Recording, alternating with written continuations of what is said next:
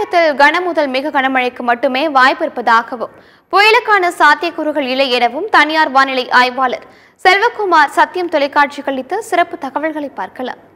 தமிழ்நாட்டுக்கு அருகே வரப்போது டெல்டா மாவட்டங்களுக்கு கிடைக்க வரும்போது டெல்டா மாவட்டங்களுக்கு நிறைய மழை. டெல்டா மட்டும் இல்ல, உள்ளே திருச்சியும் தாண்டி மழை இருக்கும். அப்படியே சென்னை ஒட்டி வரும் பொழுது வேலூர் வரைக்கும் மழை இருக்கும்.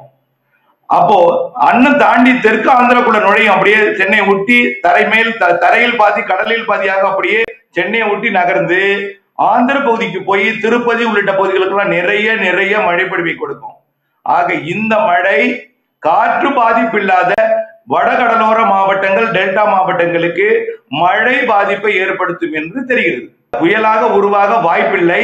அப்படியே புயலாக உருவானாலும் இலங்கைக்கும் தமிழ்நாட்டுக்கும் இடைப்பட்ட ஒரு நாள் மட்டும் உயிர் பெற்றிருக்கும் அந்த புயல் கரையை தொடும் பொழுது அது மண்டலமா மீண்டும் செயலிழந்து விடும். புயல் உருவாக வாய்ப்பில்லை.